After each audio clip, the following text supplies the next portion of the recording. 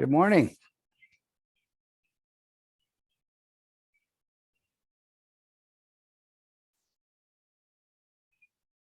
Good to see you all. I'm gonna get up my class list so I can give you all credit. Anybody have any questions so far where we are? I know some of you have taken the test. You may all have taken it. I'm not sure. Sheena, have you taken it yet? Okay, so I know Mariah and Tyler, you took it last night, didn't you? Or late yesterday? Yeah. And you all did well. Let's see here. Just give me a second to get the class page up.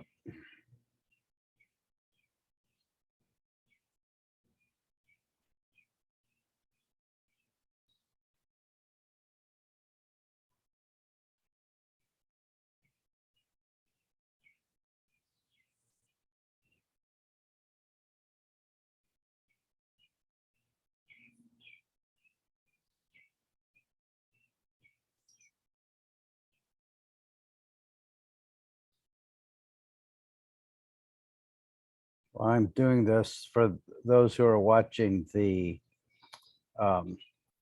YouTube video. The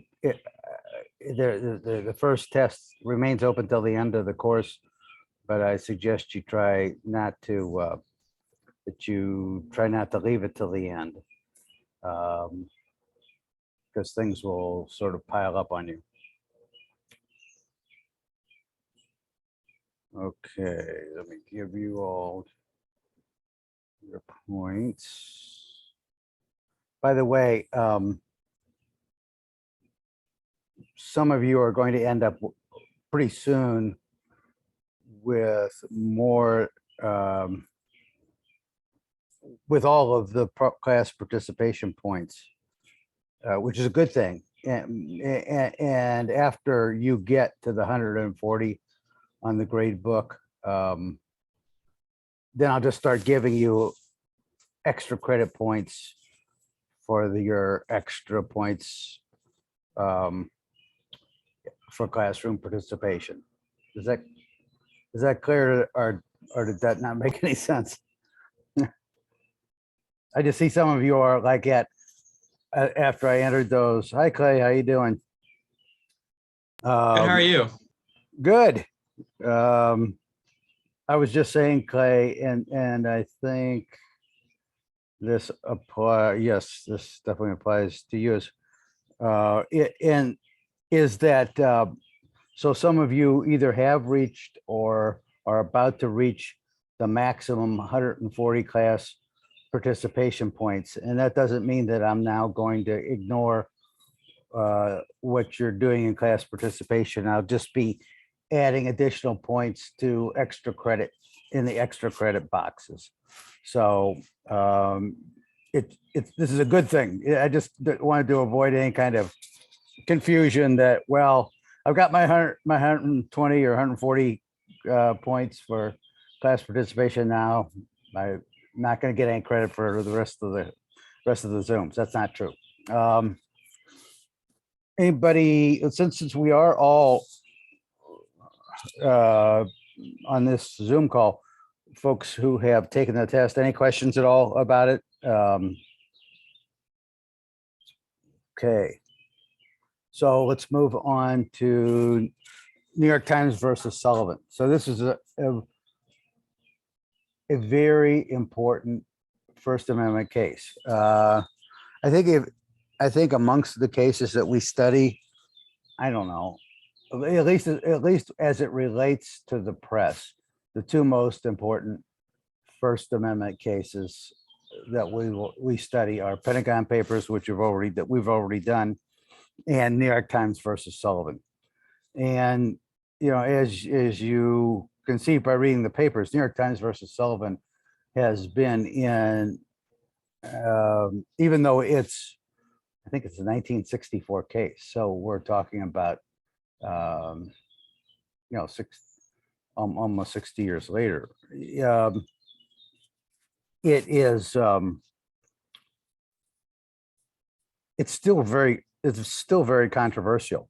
It's actually been very controversial within the Supreme Court as well. By the way, it'll be just as a little diversion. I didn't send you guys this clip I saw, this story I saw yesterday, but the Supreme Court Chief Justice Roberts is conducting an investigation to try to figure out who leaked the draft abortion opinion and that would overturn Roe versus Wade. And so all the law clerks are being told they have to turn over their cell phone records to the court so that they can be searched to see if they were in contact with Politico reporters. I think it was a Wall Street Journal story too, who broke that story. And they're also being asked to sign an affidavit basically saying that they didn't leak it.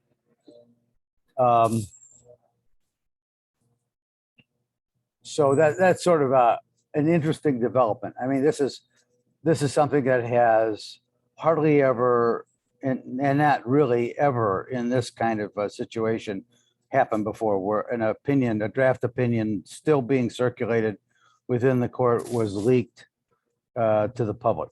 And we still don't know who did it. We still don't know whether it was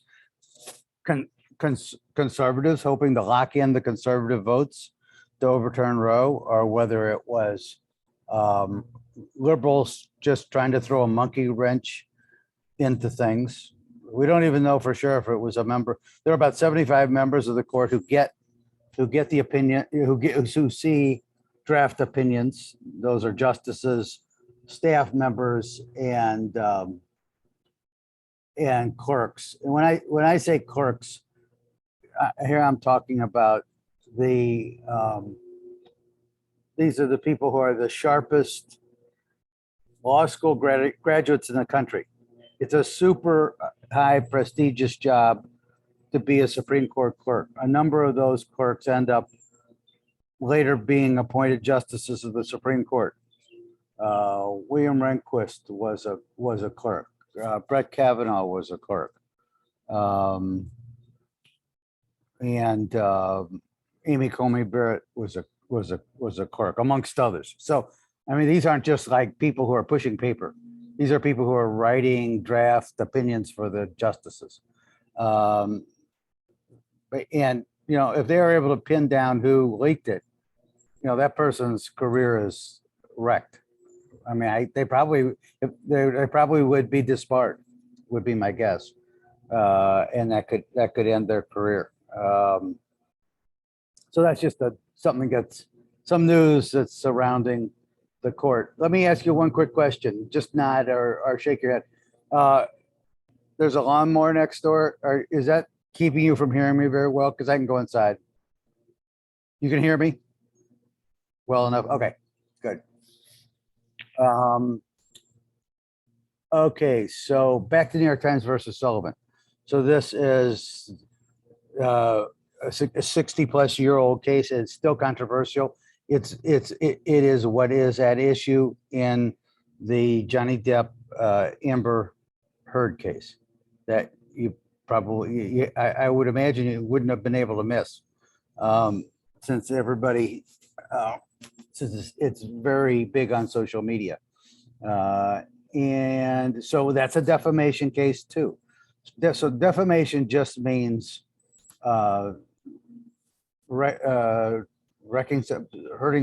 damaging someone's reputation, and it can be in the form of something written or something said. Written defamation is libel, and spoken defamation is slander. So that's the difference between libel and slander. Twitter is considered libel. Sometimes people refer to it as twibel.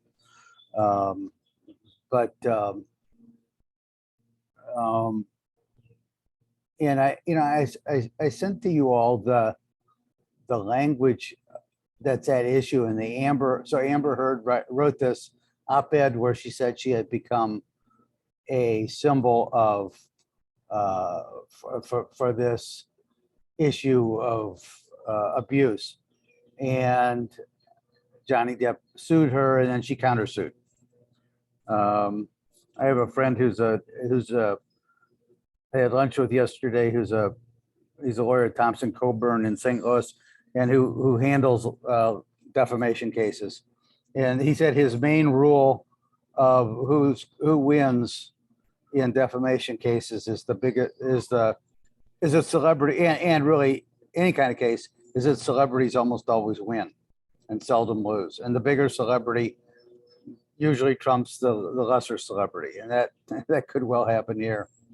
You might see in the New Yorker piece on the Depp Heard case that, so the judge was asked originally there was a motion to dismiss. A lot of these cases go away before there's a trial, and on a motion to dismiss or a motion for summary judgment.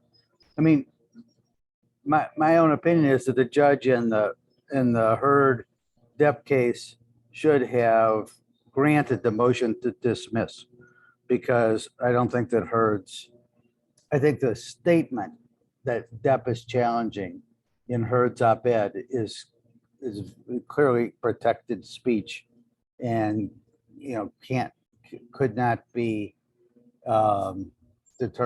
correctly determined to be libel. But the judge didn't do that. Instead, had a trial, and of course, that's the situation we're in now. Anybody have any observations about that, or is anybody following it, or am I the only person? I know I'm not the only person paying attention because it's all over social media. Anybody have any thoughts?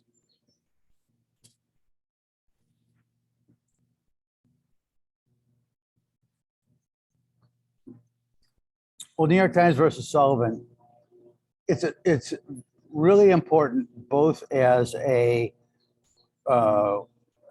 First Amendment press case and also as a civil rights case. I mean, the civil rights background of New York Times versus Sullivan had a big effect. Good morning, Zachary. Glad you could join us. We're just talking about New York Times versus Sullivan, and we just finished talking a little bit about the Johnny Depp Amber Heard case, which is relevant only in that it's also a defamation case, a case involving the allegation of libel. New York Times versus Sullivan, I was just saying, is important both as a First Amendment case, one of the two most important First Amendment press cases, along with the New York Times, and it's also important as the role it played in the civil rights movement, and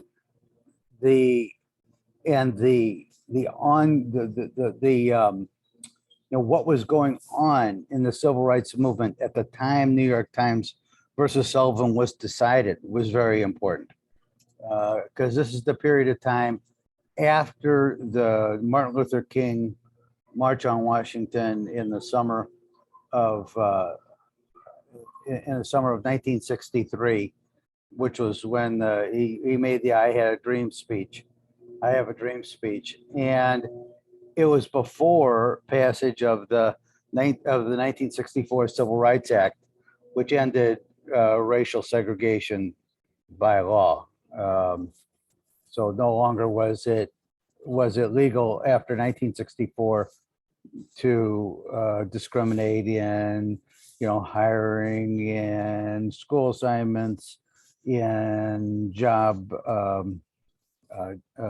in hiring or in public accommodations like restaurants, swimming pools, hotels. So it was a huge victory for the civil rights movement, and New York Times versus Sullivan occurred between those two times, between the March on Washington and the passage of the Civil Rights Act. Martin Luther King was in the courtroom at the time of the oral arguments in New York Times versus Sullivan.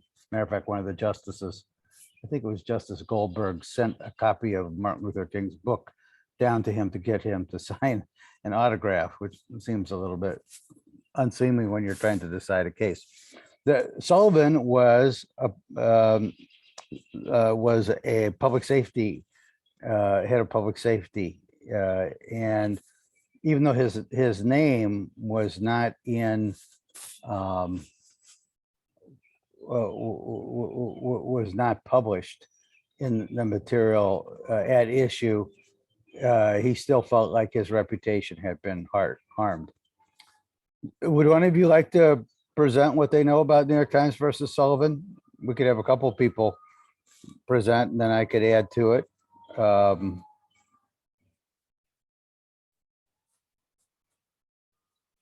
Anybody want to volunteer?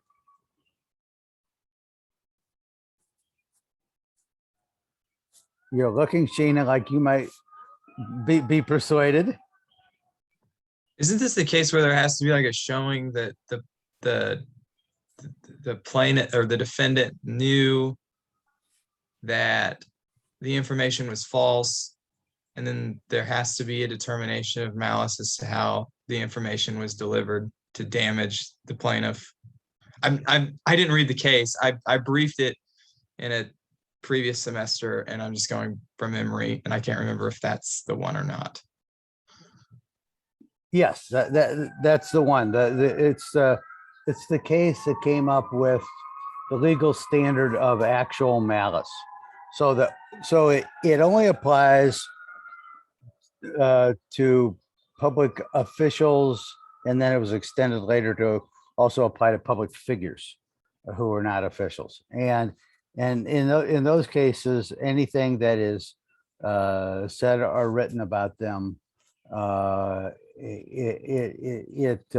in order for the public official to collect a judgment for defamation, the public official has to show that the news organization acted with actual malice. And that doesn't necessarily mean what it sounds like. That doesn't mean, oh, well, the news organization, you have to show that they had that they hated the public official or were trying to get the public official. You just have to show that they acted with reckless disregard for the truth, or with knowledge of falsity. So those three things are just three different ways of saying the same thing. Actual malice, which means knowledge of falsity, reckless disregard for the truth. So it can be, as there have been libel cases where news organizations have lost because, for example, they did a story on an official but didn't get their comment, didn't try to get their comment. Or maybe I believe there was a case even where they tried to get their comment but waited until the last second, when there wasn't enough time for the person to put together a comment. But you might think to yourself, well, isn't that strange that a news organization would wait till the last minute? But in fact, it's not unusual. I mean, it is normal practice for like an investigative news story for people to try to collect all the information they can for their story before confronting the person they are investigating with what they know and getting that person's response. I mean, the reason for that is it's just sort of a tactic or strategic, is that the reporters in general don't want to tip off the person they're investigating as to what they know or don't know. They don't want to tip off the person they're investigating who their sources are. And so that's why a news organization often almost always, actually, not just often, but almost always will have a final interview or attempt to get comment from a public official shortly before publication of the article. I'm not necessarily saying that maybe that's not the best thing, but the best practice in the world. I'm just saying that's reality, and there are reasons for doing it. I even was involved in an investigation once where the person we were investigating went to the competing newspaper, the St. Louis Globe Democrat, and told them all the essentials of what we were investigating, but and then in order for them to put the very best spin on it. Sort of, we used to refer to it as cutting the legs from under a story. And so that was one of the reasons. You didn't want to leave them time to do that. So it's a very sort of practical consideration, but it opens up the news organization to not having in good faith given the public official time to respond. So things to remember about New York. Does anybody else, by the way, anybody else want to add about what they know about New York Times versus Sullivan?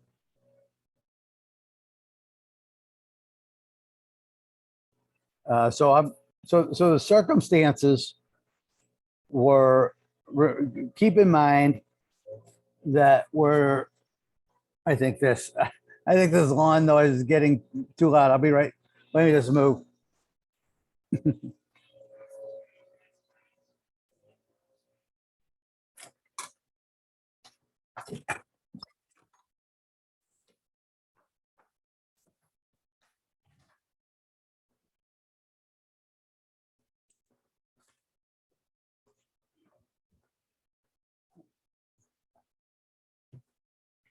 Okay, let's try it here for a bit.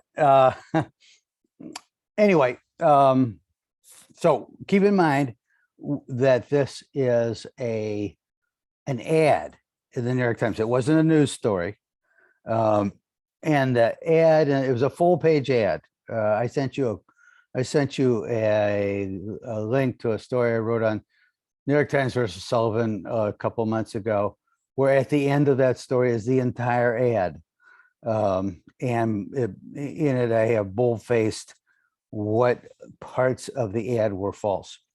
But it was a civil rights ad in favor of Martin Luther King. And it was called "Heed Their Rising Voices," and I believe that phrase "Heed Their Rising Voices" had been taken from a New York Times editorial, pro-civil rights editorial, and it was placed. The ad was placed by civil rights leaders around the country, and it had a number of careless mistakes in it, such as the number of times that Martin Luther King had been arrested for civil disobedience. It exaggerated the number. It said that police had padlocked the eating facility at an Alabama university, and that was false. It gave the wrong name for it said that the protesters had sung one patriotic song when they actually had sung another. So they were a series of careless mistakes. And the reason the reason this got so much attention from the Supreme Court was that this was a period of time when the national media's role in covering the civil rights movement was really significant, and the national media's television coverage of sheriff's deputies, police, shooting powerful fire hoses at teenage demonstrators, using police dogs on them. The bombing of the 16th Street Baptist Church by the KKK in Birmingham that killed, I think it was four little girls in a church basement. The coverage of all of these horrible events in the South was changing the national attitude towards civil rights. I mean, so I would have been in 10th grade at the time this occurred. And I can remember in my suburb where I still live again, Kirkwood, Missouri, the way in which adults' attitudes towards civil rights were changing in this period of time, because they just couldn't even believe how brutal, how much brutality the authorities in the South showed in trying to enforce civil rights. This had been right after what was called the Freedom Summer, when lots of college students from all around the country had gone to the South to participate in demonstrations, help register Blacks as voters. This was before the Voting Rights Act was passed. That wasn't passed until 1968, and there were all sorts of efforts made by the Southern states to keep Blacks from being able to vote. Sort of tricky literacy tests, poll taxes, etc. So the number of blacks registered to vote in the South was very low before this period of time. So the Freedom Riders were down there trying to register voters. Some of the Freedom Riders were killed. And during this period of time, their bodies were found in a berm of a dam in Philadelphia, Mississippi. So the role of the press in covering all of this was really important. And the Sullivan's lawsuit against the New York Times was one of dozens throughout the South. There was a $500,000 judgment in this case, but there were much bigger judgments and many more judgments that size around the South against New York Times, Washington Post, CBS News, NBC News, et cetera. And you might think, well, the New York Times is so powerful and rich that what difference would it make? Well, in fact, they weren't as rich as wealthy a corporation then as they are now, and they had just gone through a labor strike that had put the New York Times in sort of a weak financial position. And the business side of the New York Times, the people who sold ads, said that the Times should pull all the reporters out of the South in order to not face these large libel judgments like the one that had been brought back by a jury in New York Times versus Sullivan. So it was the Supreme Court recognized that situation. There's a key phrase from the decision that I'd like you to remember is Justice Brennan. I think the lawn noises have gone away. I'm going to go back outside. Justice Brennan, who is sort of the spark plug of the liberal majority on the court. So this is the Warren Court, the Earl Warren Court, still in 1964. And a key phrase from the majority opinion is that democracy needs breathing room for mistakes. In other words, these things about how many times had Martin Luther King been arrested, what song were they singing, there there needed to be breathing room for that kind of a careless mistake. I mean, you need to sort of also know the difference between negligence and recklessness. So reckless disregard for the truth, the news organization still could be forced to pay a liable judgment. But the negligence of a careless mistake, they could not be. So,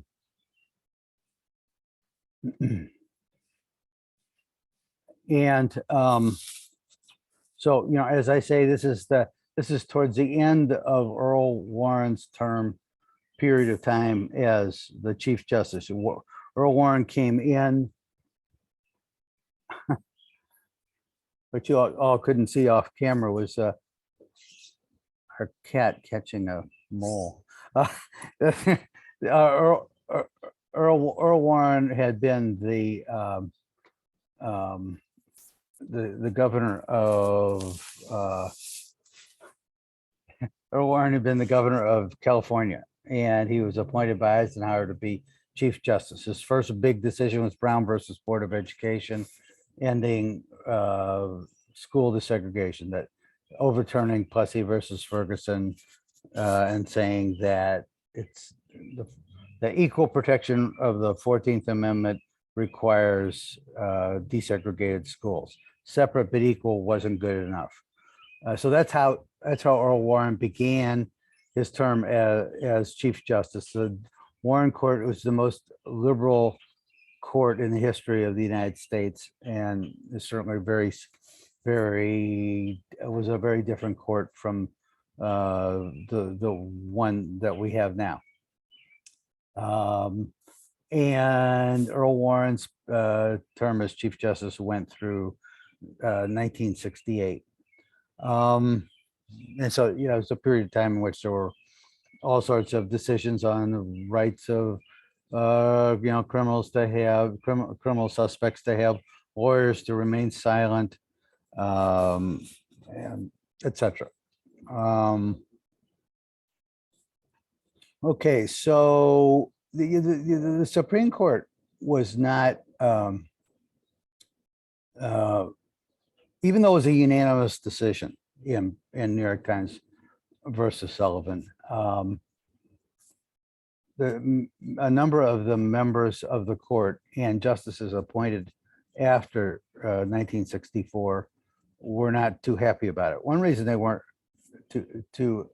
they weren't, I should put it this way, they weren't fans of the press.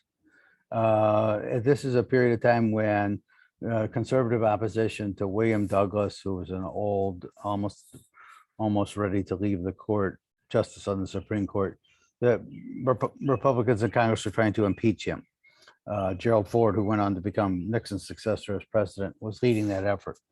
Also, when Earl Warren retired as Chief Justice, President Johnson tried to appoint Abe Fortas to be his successor as Chief Justice, and the press had all sorts of stories about how Abe Fortas had a business relationship with somebody who had brought a case to the Supreme Court and hadn't disclosed it, and so Fortas was forced out of being Chief Justice and even off the court. So the justices of the Supreme Court after New York Times versus Sullivan had some dealings with the press that made them wonder, had they given the press too much breathing room? And there were a number of justices on the court, particularly Justice Byron White, who we talked about before, in connection to the sort of anti-press decision of no First Amendment protection for a confidential reporter source relationship. Justice White was one of those on the court who thought that maybe the court had gone too far in New York Times versus Sullivan. There was the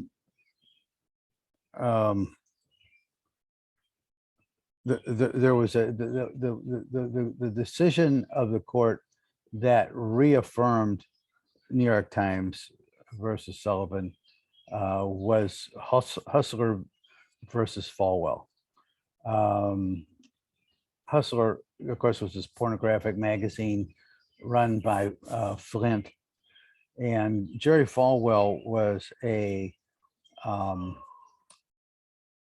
Jerry Falwell was a leader of the what was called the moral majority.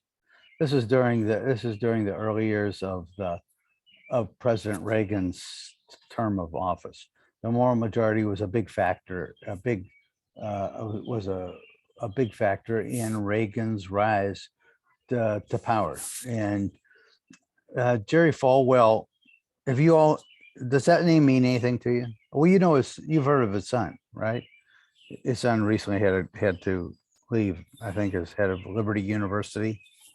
He was a TV evangelist and Yes. has like his own. Yeah, I know who he is. Unfortunately. Well, he was, I mean, a really successful TV evangelist, and I mean, he was sort of on the same level and in some ways more powerful politically than Billy Graham, if that name means anything to you. And so he was the leader of the quote unquote moral majority, and Larry Flint was a pornographer. And one of the things that one of the Hustler magazines had a parody of Falwell, and it was a parody of a liquor ad at the time where like celebrities were saying, how they remembered Campari from their first time, a reference to their first time having sex. And so Flint turned this into Jerry Falwell's first time was having sex with his mother in an outhouse. Not true. Gross. Completely false.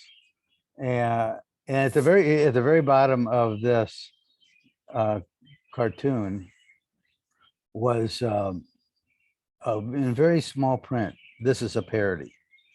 I mean, look it up on your. I try to share the screen, but I don't want to screw things up.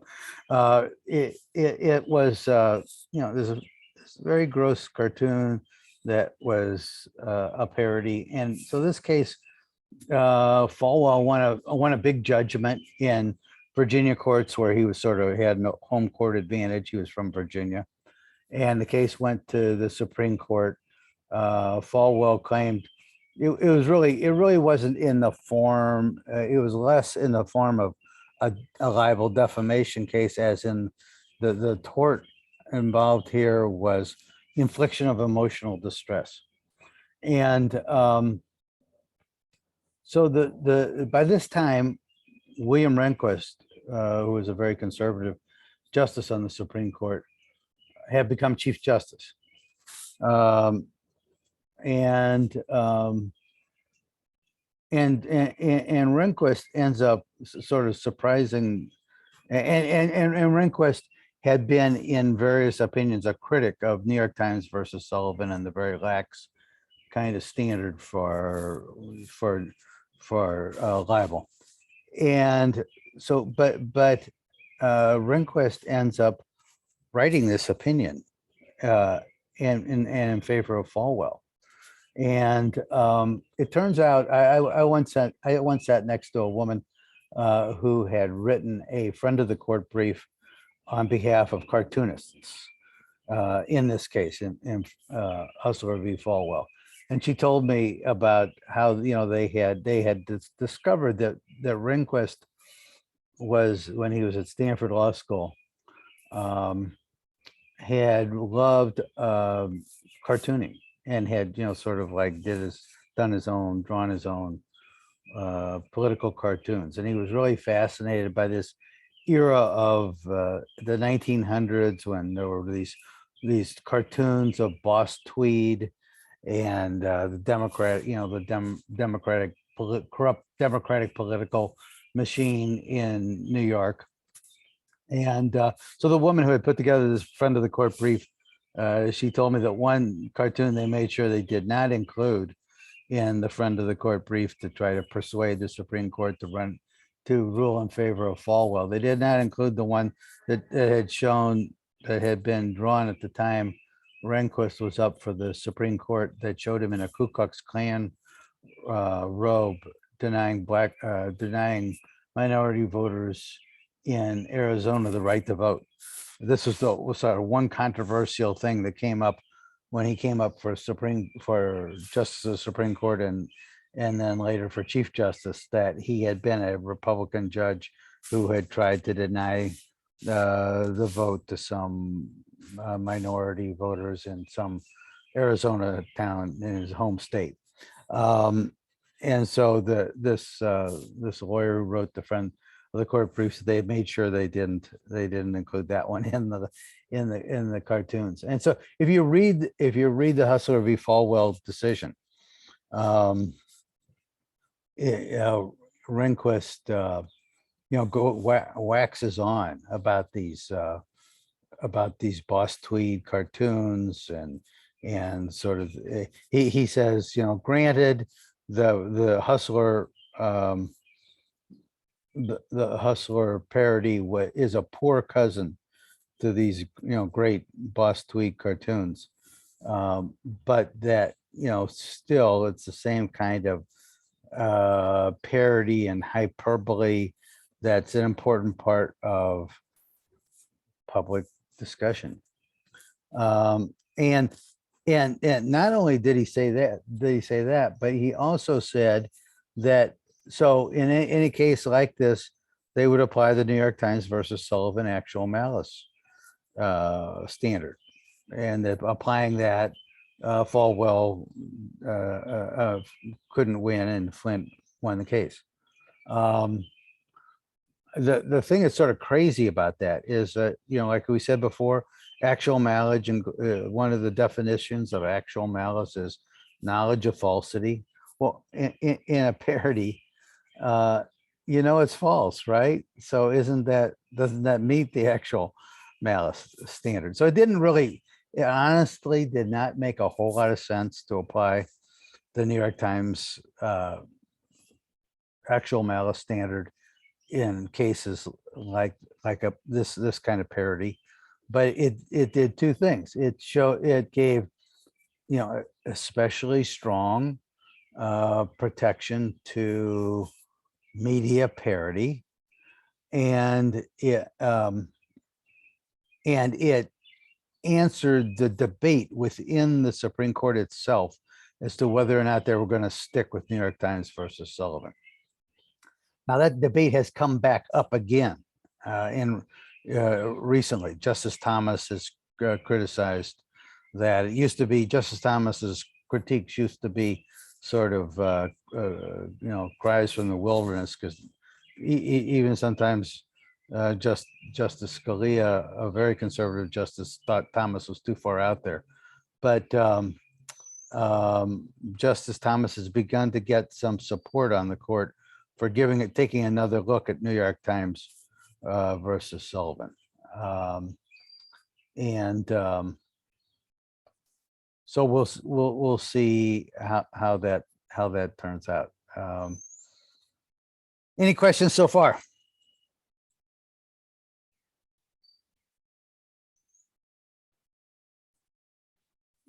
Let me just take a quick peek at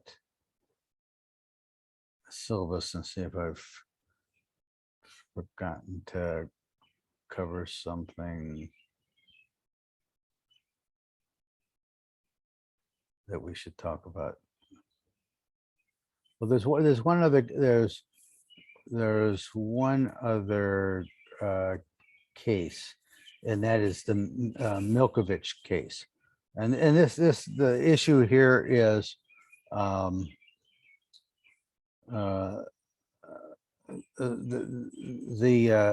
issue is, what do you do about statements of opinion?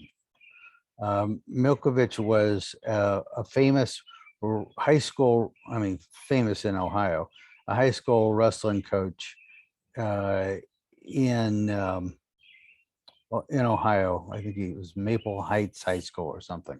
His teams almost always won the state tournament. And so at one of their wrestling meets, there was a riot broke out, and there was a school. It was an investigation of what had caused the riot, and Milkovich was called to testify at this hearing, and he basically said he hadn't had anything to do with sparking the anger. And a sports columnist for the paper wrote a column saying anybody who was at the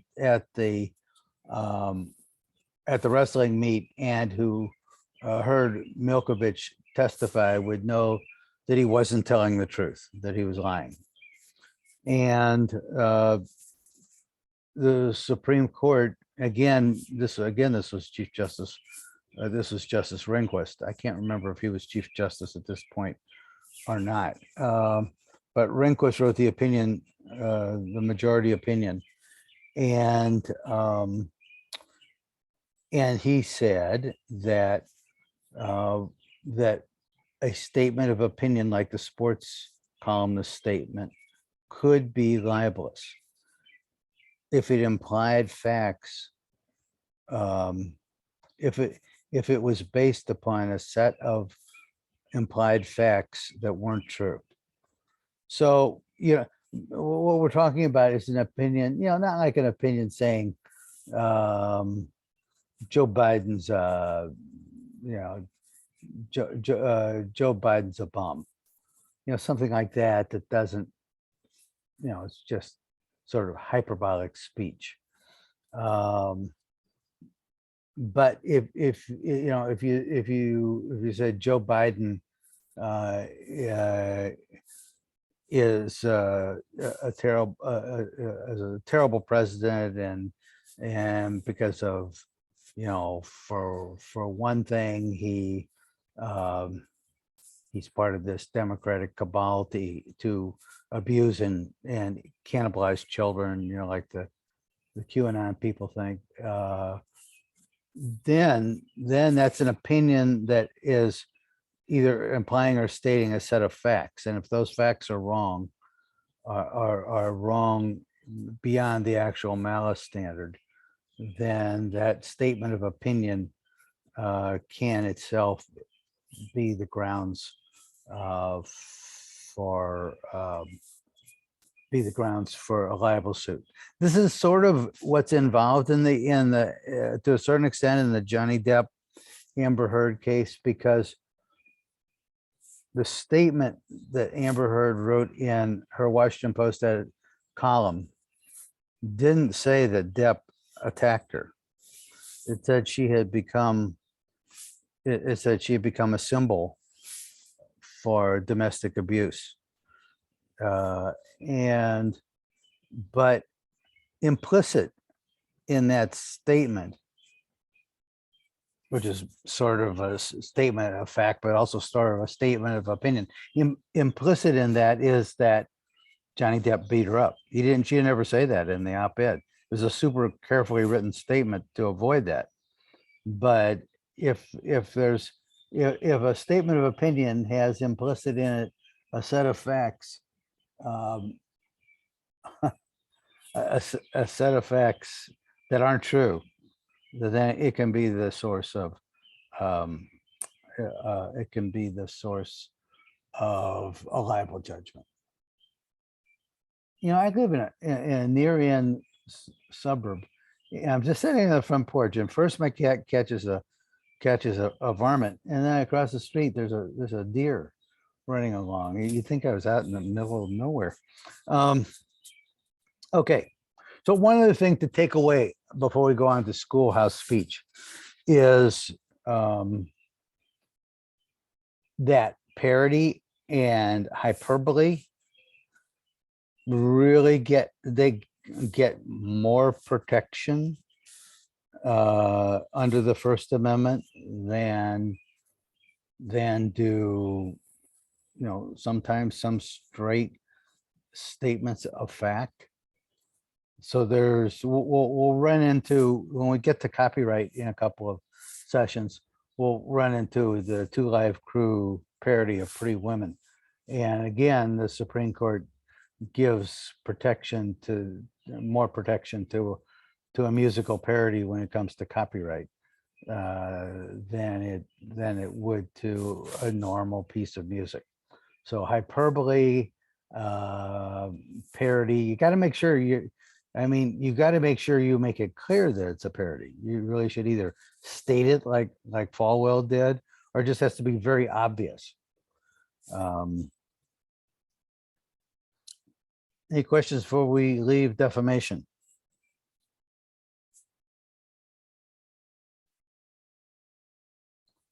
Okay, schoolhouse, go ahead. Gina? If they put in the disclaimer that it is a parody, does that automatically mean it's not liable? Well, that's a good question. I mean, it sure helps them. I mean, if you look at the Falwell case, I mean, it was, gross, obscene. I shouldn't use the term obscene because obscene is not protected speech, but it was just disgusting in every way and false in every way. I mean, no, they weren't trying to make any kind of statement that that he had actually had sex with his mother in an outhouse. And I mean, the point they were trying to make is that he was sort of a religious hypocrite, and which they didn't do very. I mean, it was a certainly heavy-handed attempt to do that. So would writing that it's a parody protect everything? Probably not. But I'm not aware of a particular case where people said this was a parody and they weren't protected. Although, I do have this like vague recollection that around this time there was a St. Louis publication that had a case that went to the Supreme Court where they had done a parody of Budweiser, and where they didn't win. It wasn't a case that ever got argued and fully decided. It just, the Supreme Court refused to hear it. But so there may be circumstances where, and I think that publication had made clear that it was a parody. So I don't know that it's 100% of a protective, but to make clear that your parody is a parody, one way to do that is to say this is a parody. It certainly strengthens your case. I mean, I there may be circumstances where it wouldn't save you, but if it saves this pornographer, Flint, it's saying these horrible things about a person who, was a religious preacher and standing up for morality and in the public space. I'm not sure how much worse the thing could be. Anyway, any other questions? Okay, schoolhouse speech. So we're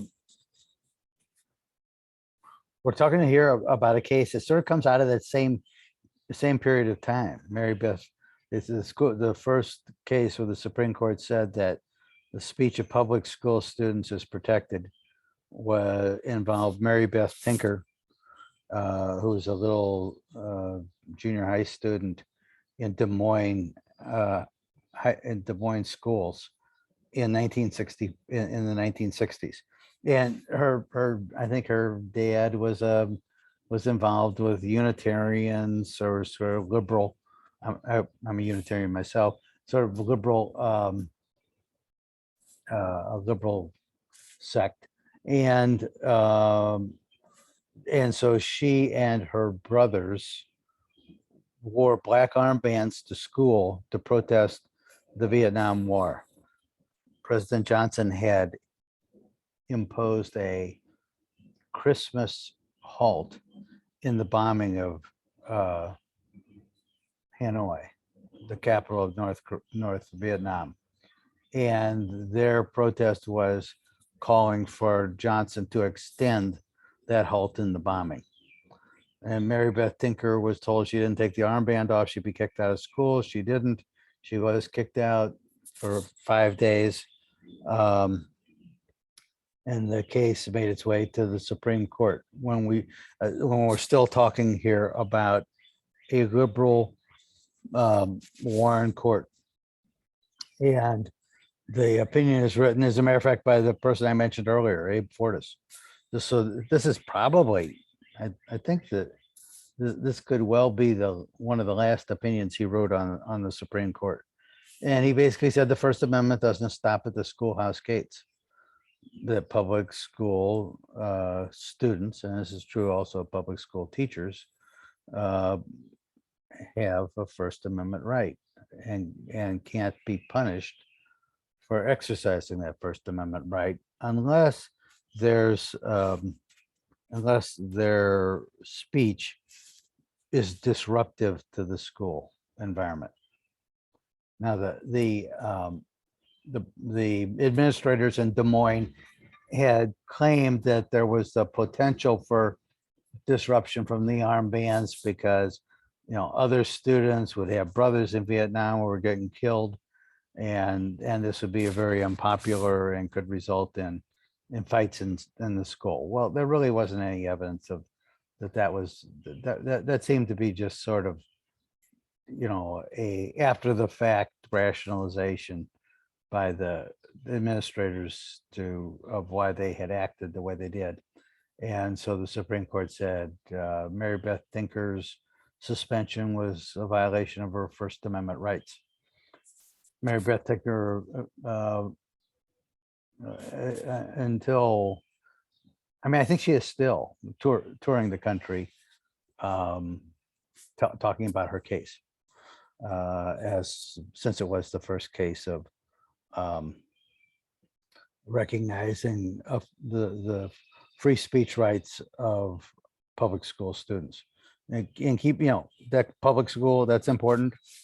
You don't have free speech rights in a parochial school or a private school. You say something they don't like, they can kick you out. First Amendment, and that's because of the wording of the First Amendment. Congress shall make no law. Congress means the government. Doesn't mean parochial schools. Doesn't mean private schools. It doesn't mean anything other than a public school. Where the government is doing the censoring. I don't know if you guys saw that picture of Florida passed that law, don't say gay. That's the way it's referred to. That's not exactly the way it was written, but and a high school student was giving his valedictory speech and was told not to say that he was gay and make that part of his speech. And but he also, so what he did was he substituted every place he would have said that he had found in high school that he was gay and come out. Instead, he substituted that he had curly hair, and he actually has very curly hair. So he used that as a way to get around the law and the instruction from his principal not to say anything about being gay.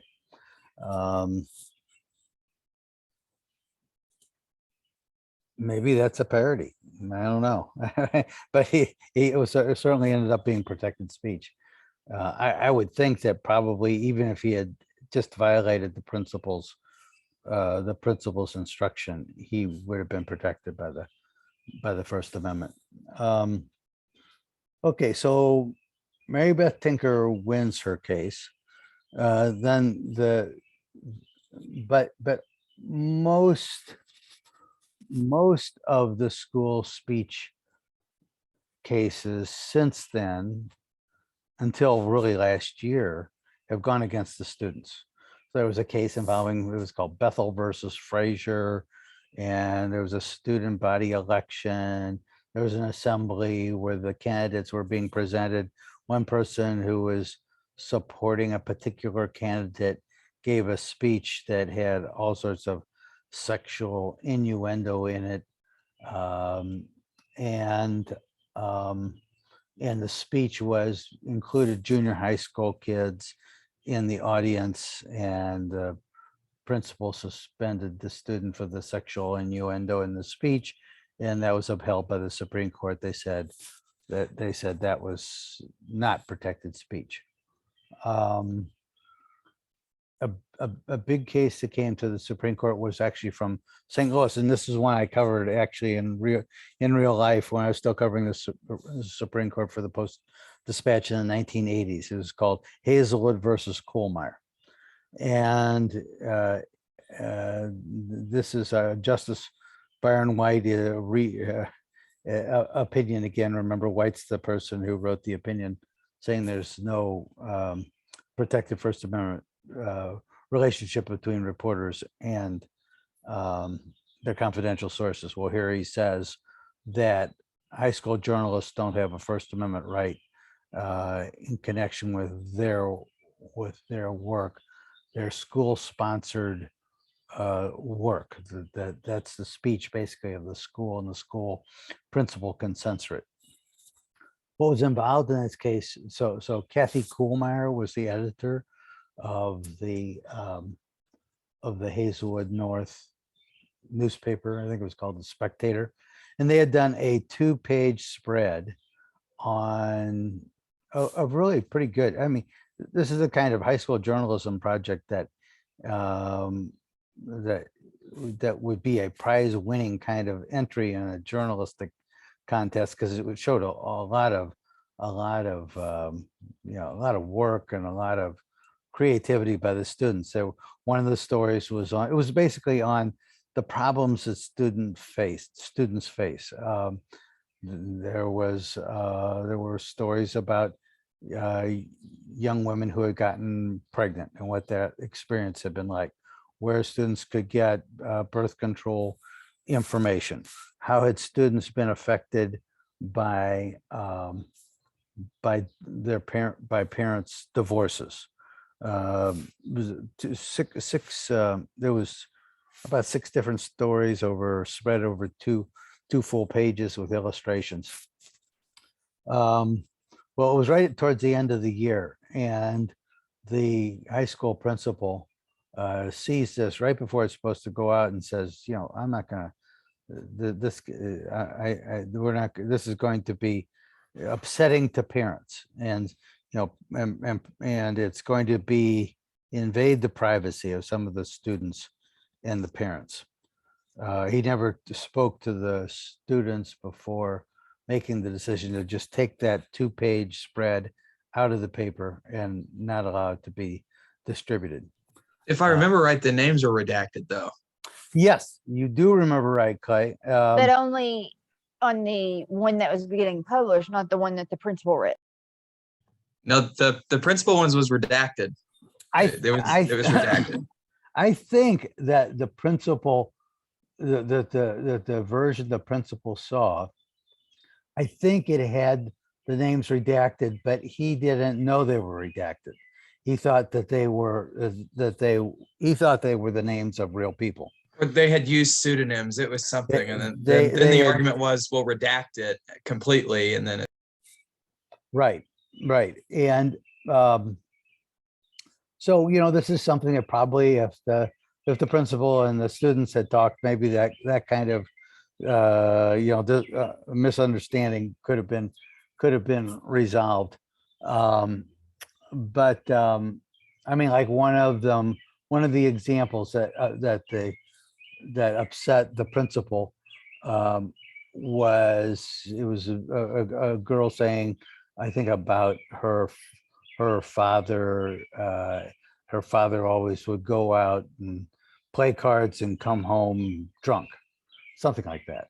I mean, I've got a link to various stories in that on the syllabus. Um, and so, that you can sort of understand how if a principal thought that that was a parent who was being identified as engaging in that kind of behavior and the parent didn't have any response published in the story, that would be both unfair to the parent and would be bad journalism by not giving them a chance to respond. But at any rate, the Supreme Court ruled 5-3 that where there's school-sponsored speech and that a student newspaper wasn't a public forum. A public forum is a place where you had a public forum is a legal concept for a place where citizens have sort of a full panoply of rights, of First Amendment rights, like parks, public streets. So is a school newspaper a public forum? The students claim, with the support of the ACLU, claimed yes, and Justice White said no, it's not a public forum.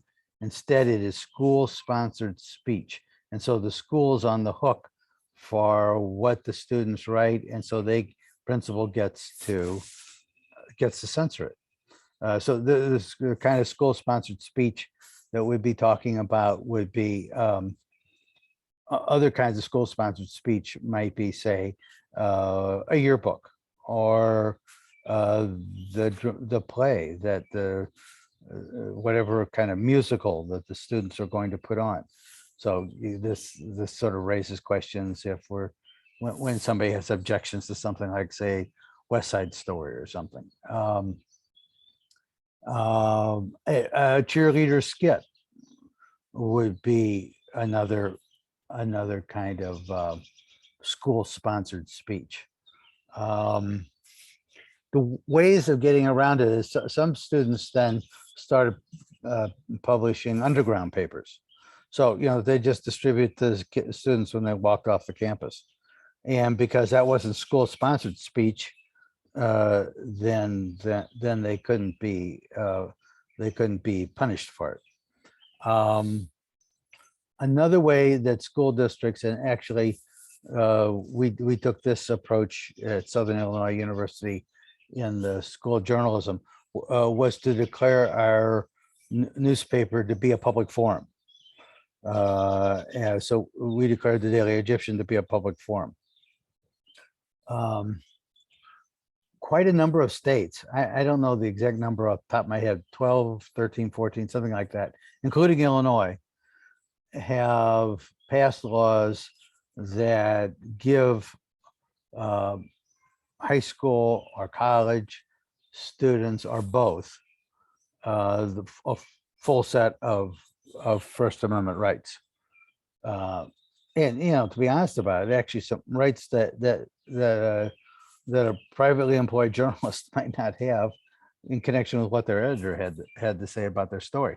But so for example, Illinois is one of the states that has passed these laws for both high school and college journalists that basically say that a high school or college administrator cannot censor the stories in the student publications, and it applies also to radio or TV. So there's about, and just to explain again, this sometimes is confused. This is a similar, think about these laws that states have passed overturning Hazelwood versus Kuhlmeier as being a little bit like the shield laws we talked about back in connection with Brandsburg versus Hayes. So this is one of those situations where Brandsburg versus Hayes and Hazelwood versus Kuhlmeier are like the floor, that they're the floor of rights that a student has. They're guaranteed by the Constitution.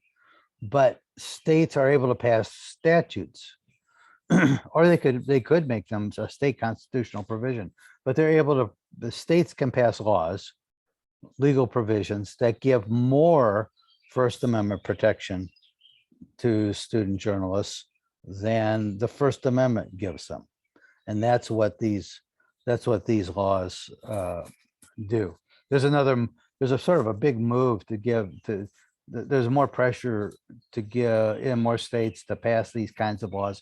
They're called Walter Cronkite laws for some reason. I mean, that's the term. They try to connect it with Walter Cronkite because he had such good reputation as a journalist.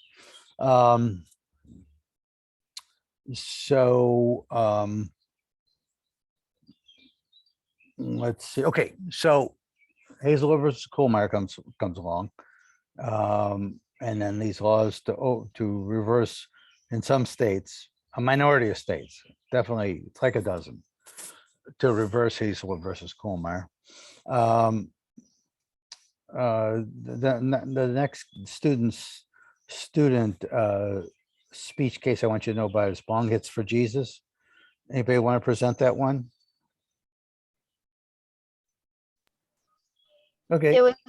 It was basically about a kid in Alaska who their school dismissed them for an outside assembly, and it was during the Olympic torch run, and so they wanted to be outside and be able to see that. And a couple kids that were interested in getting on the news made up a banner and held it up that said "Bong Hits for Jesus," and the principal either expelled or suspended the main kid, I think.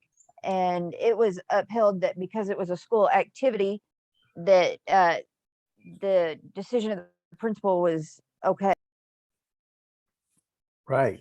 Yeah, that's basically it.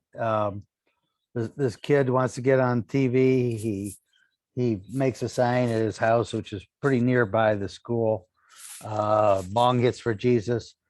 He's I guess his name is Fredrickson. He says later he wasn't trying to promote drugs. He just wanted to get on the TV on the TV. This was when the Olympic the setup for this is the Olympic torture march is running through Juneau, Alaska, right by the school, and so the school goes out to cheer them on as they go past on the street past the high school, and cheerleaders are out there in the marching band, and the principal looks across the street and here's one of her students with this Bong Hits for Jesus sign, and she goes over and grabs him and takes him into her office and says, you're out of here for a week. And he says, but what about Thomas Jefferson, the founding fathers, and free speech, blah blah blah.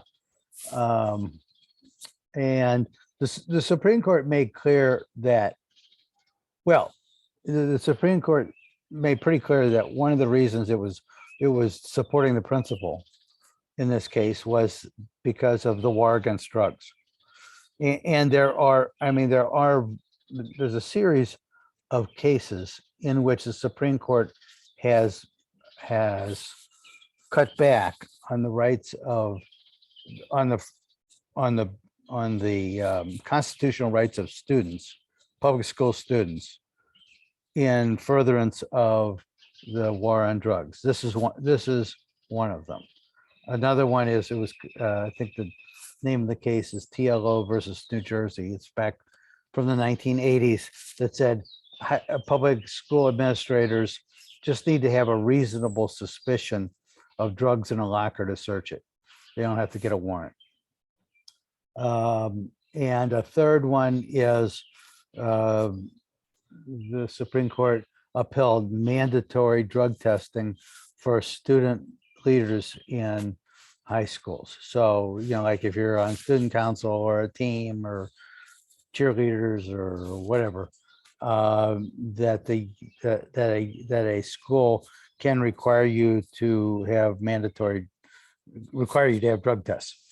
And all of those are sort of justified on the need to fight against war against drugs used by young people.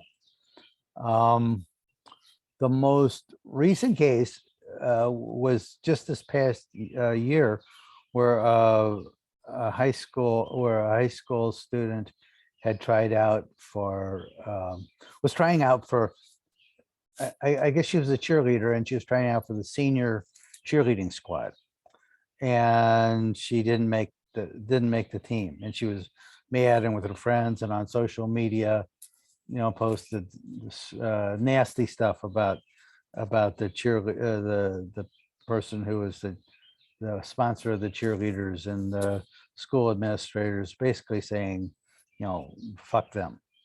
And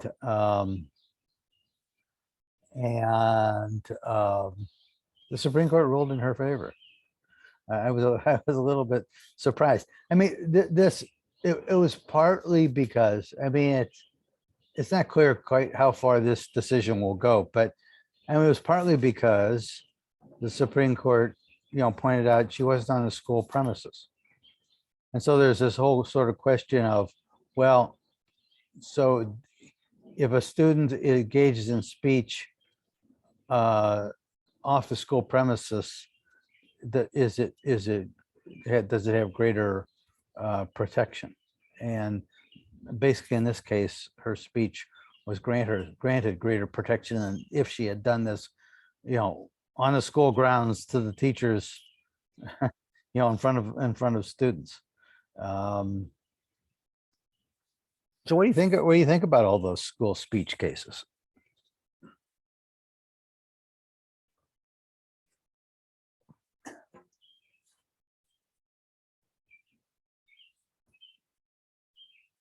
Anybody have any thoughts?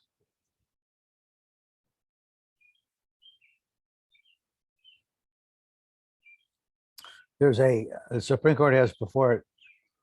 It gets even more complicated when, and we'll talk about this towards the end of the semester, when religion is involved. There's a case, an interesting case that the Supreme Court has this year, where a high school football coach wants to have the right to pray at the 50-yard line. I think it's a prayer after the game. I'm not sure. And I think that people are thinking this could be a case where the Supreme Court allows more religious observance at a public school. There's a case from a few years ago involving the Santa Fe school district in Texas, where the administrators approved a prayer before the Friday night football game, and because it was, administrator or originated, that was found to be a violation of the separation of church and state.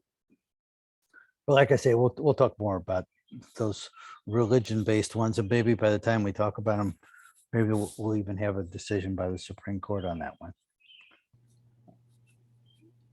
I have a question. Do you have any further cases that would go for students who get in trouble for speech outside of the classroom or not on school premise, on grounds? Well, for what kind of speech? I don't know. Just I mean, I guess maybe. Go ahead. I guess insults or something between two fellow students, because I feel like oftentimes that ends in punishment for one of them in a public school setting.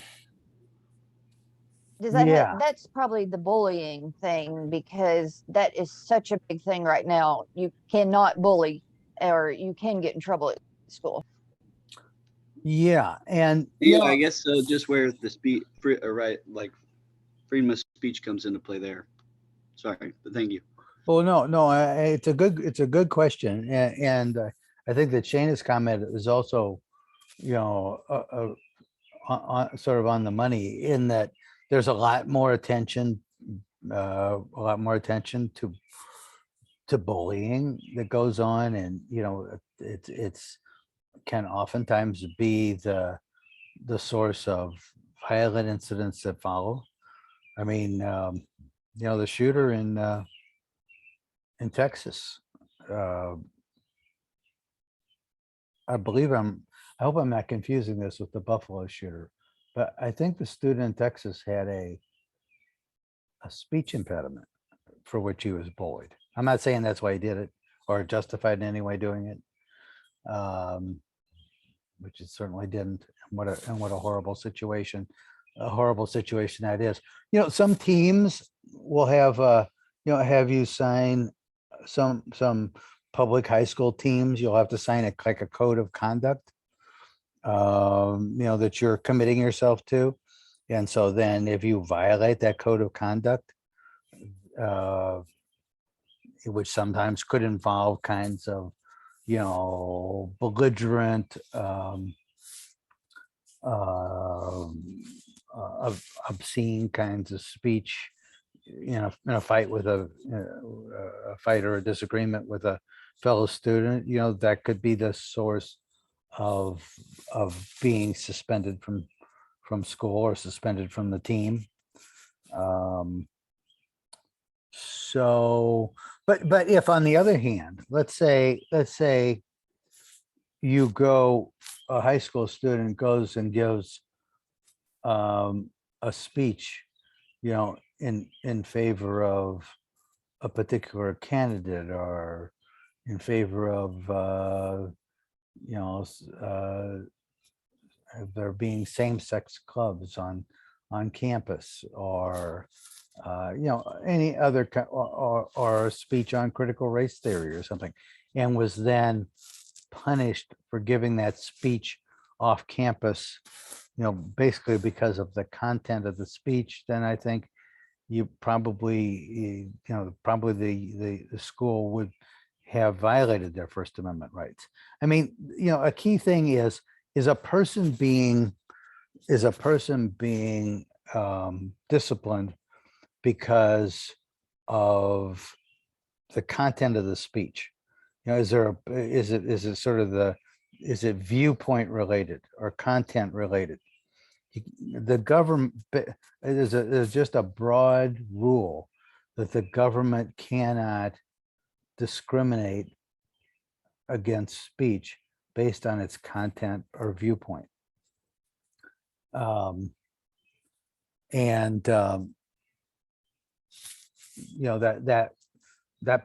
may well come into play in the high school football coaches prayer on the 50-yard line.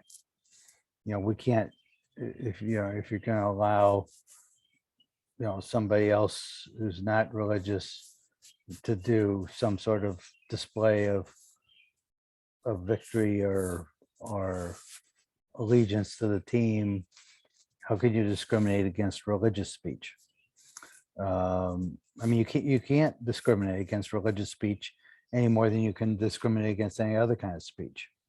That says a state, a public school can't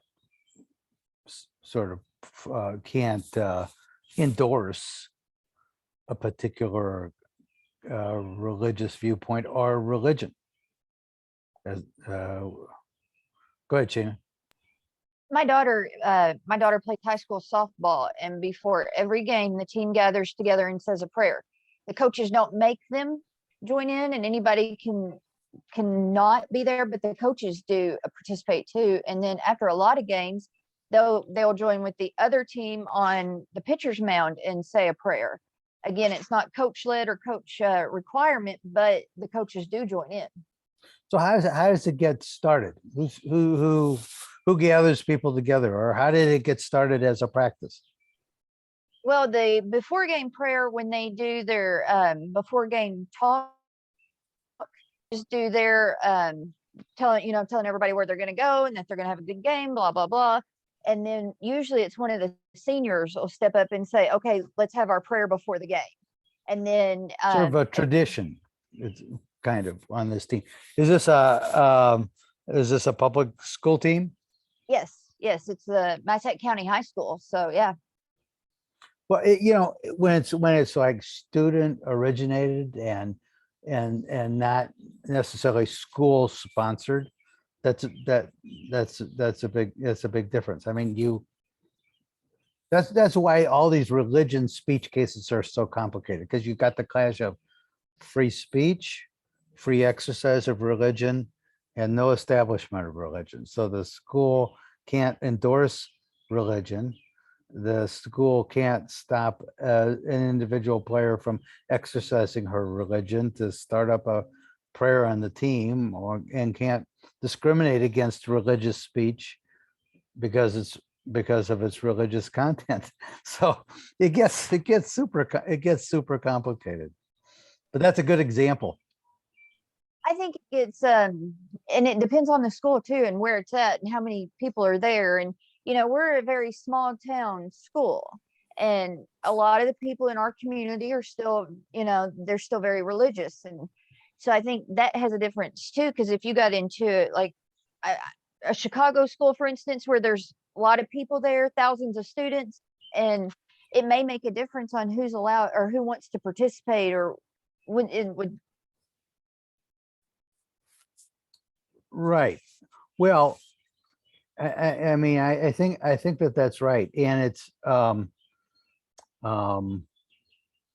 mean, I know, and I know, for example, that even though I'm telling you what the Supreme Court and the national constitutional interpretation is, I know that in fact, in a lot of like Southern Illinois towns, that there are prayers at graduation ceremonies. I mean, that is not, if anybody actually challenged them and took them to court on a school school administrator initiated prayer to public school graduation, that would not be upheld as a constitutional practice.